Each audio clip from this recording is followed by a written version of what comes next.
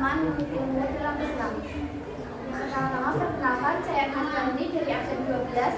Saya Nafisa Jariatul Rahma dari absen 20. Saya fotografinya dari absen. Nah, sebelum mulai masuk ke materinya, kita mau explain dulu nih. Teman-teman bisa berdiri semua ya. Nah, ini explainnya satu meja 2 orang ya, saling hadap-hadapan.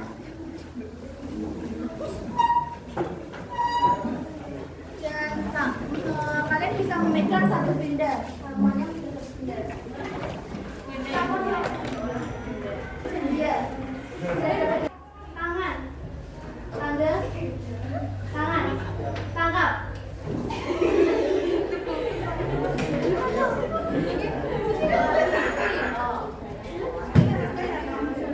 Tangga, tangan, tangga, tangkap.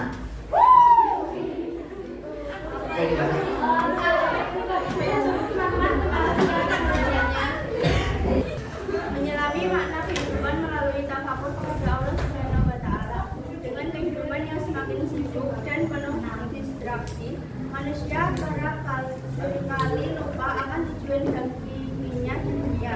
Padahal Islam sebagai agama rahmatan lil alamin telah memberikan tuntunan bagi umatnya untuk senantiasa merenungi kehidupan dan mendekatkan diri kepada Sang Pencipta. Salah satu cara terbaik untuk mencapai kedekatan spiritual tersebut adalah dengan bertafakur kepada Allah Subhanahu wa Ta'ala. Tafakur secara sederhana berarti merenung atau berpikir secara mendalam. Dalam konteks Islam, tafakur adalah aktivitas berpikir tentang kebesaran Allah, tanda-tanda kekuasaannya, ciptaannya di alam semesta, serta peristiwa yang terjadi dalam kehidupan manusia. Allah Subhanahu wa Ta'ala sendiri mendorong hambanya untuk bertafakur, sebagaimana firman-Nya dalam surat Al-Imran ayat 190 sampai 191. Sesungguhnya dalam penciptaan langit dan bumi dan silih bergantinya malam dan siang terdapat tanda-tanda bagi orang-orang yang berakal, yaitu orang-orang yang mengingat Allah sambil berdiri atau duduk atau dalam keadaan berbaring, dan mereka memikirkan tentang penciptaan langit dan bumi. Kedua, merenungkan ayat-ayat Al-Quran. Al-Quran adalah petunjuk bagi umat manusia. Dengan memahami makna dan kandungan ayat-ayat suci, seseorang dapat bertafakur tentang kehidupan, akhirat, serta nilai-nilai kebenaran yang ditentukan oleh Allah. Tafakur terhadap Al-Quran dapat memperdalam dan memperkuat kesadaran akan tanggung sebagai hamba. Ketiga, melakukan usaha pendiri. Tafakur juga bisa dilakukan dengan cara mengevaluasi amal perbuatan, niat, dan tujuan hidup. Dengan merenungi kesalahan dan dosa yang telah dilakukan, seseorang akan terdorong untuk bertawaf dan memperbaiki diri. Tafakur dalam bentuk musahabah membuat seseorang lebih dekat dengan Allah, lebih rendah hati, dan lebih sadar akan keterbatasan dirinya. Keempat, berdiam dari dan menjauh dari kesibukan duniawi untuk mendekatkan diri kepada Allah. Dalam keheningan, hati menjadi lebih jernih dan berpikir lebih fokus. Banyak ulama dan orang-orang saleh mengisi waktu malam mereka dengan tafakur, zikir, dan salat malam. Karena pada waktu itulah suasana paling kondusif untuk berkomunikasi secara batin dengan Allah. Melalui tafakur, seseorang akan merasakan ketenangan hati, memperkuat iman, dan mendapatkan hikmat serta pelajaran dari setiap kejadian. Tafakur menjadikan hidup lebih bermakna dan membimbing manusia menunjukkan kehidupan yang diridai Allah Subhanahu wa Ta'ala.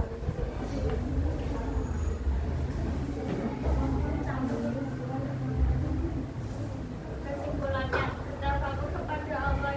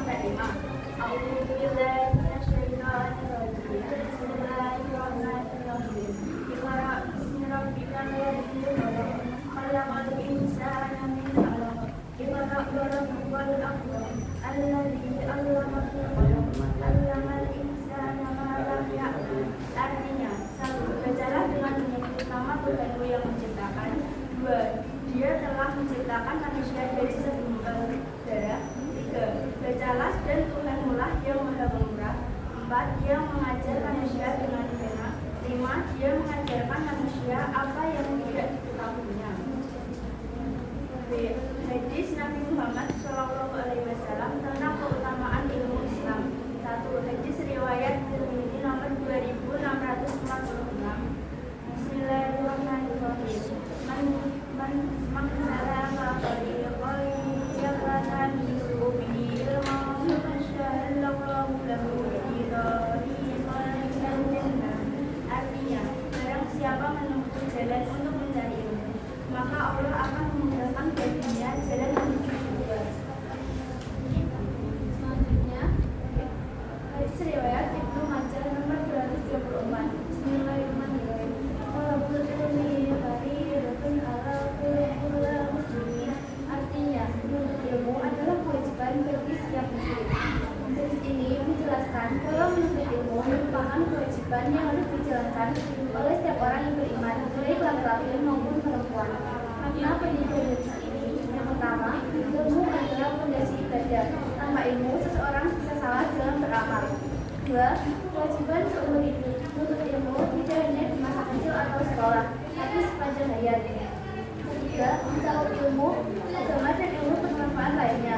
Ilmu agama untuk mengenal Allah dan menjalankan syariat. Sedangkan ilmu dunia bermanfaat untuk membangunkan kehidupan. Yang keempat, kesamaan kewajiban. Tidak ada perbedaan antara muslim, laki-laki dan perempuan dalam hal kewajiban menuntut ilmu. Selanjutnya, hadis riwayat Muslim nomor 1621.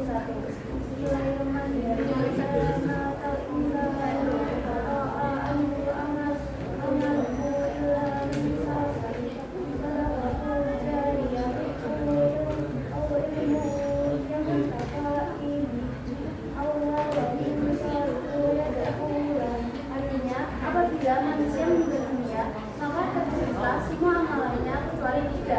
Doa jariah, ilmu yang bermanfaat, dan anak yang saleh yang mendoakannya. Yang terakhir adalah kesimpulan. Ilmu sangat mulia dalam Islam.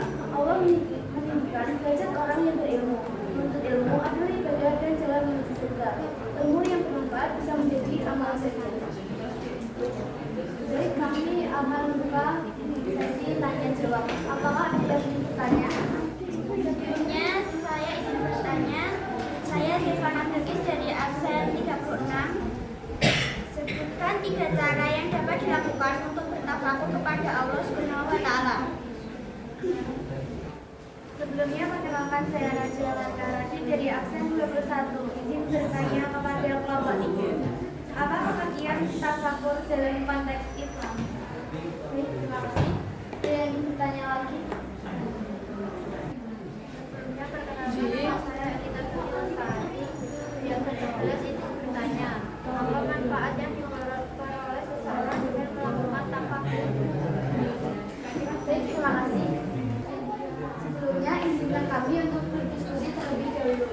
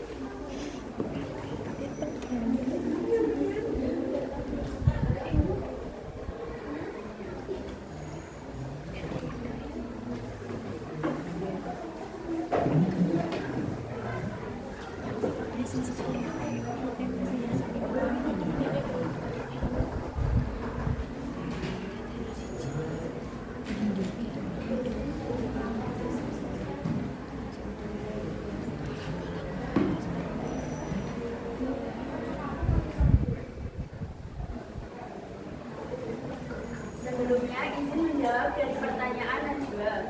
Apa pengertian tafakur dalam konteks Islam menurut teks? Tafakur adalah aktivitas berpikir secara mendalam tentang kebesaran Allah, tanda-tanda kekuasaannya, ciptaannya di alam semesta, serta peristiwa yang terjadi dalam kehidupan manusia. Apakah sudah cukup? Sudah cukup, terima kasih.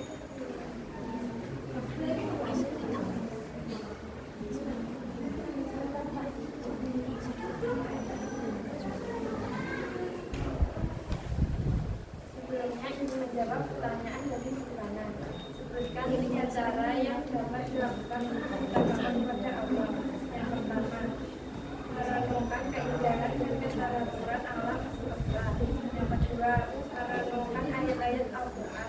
Yang ketiga, melakukan kesalahan diri.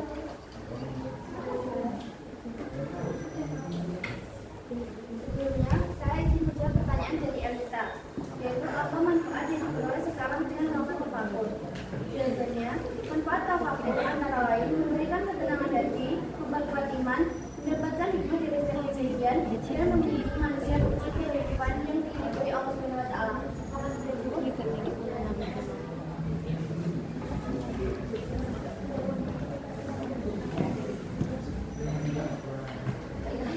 Baik, sekian presentasi dari kelompok kami. Assalamualaikum warahmatullahi wabarakatuh. Waalaikumsalam warahmatullahi wabarakatuh. Kelompok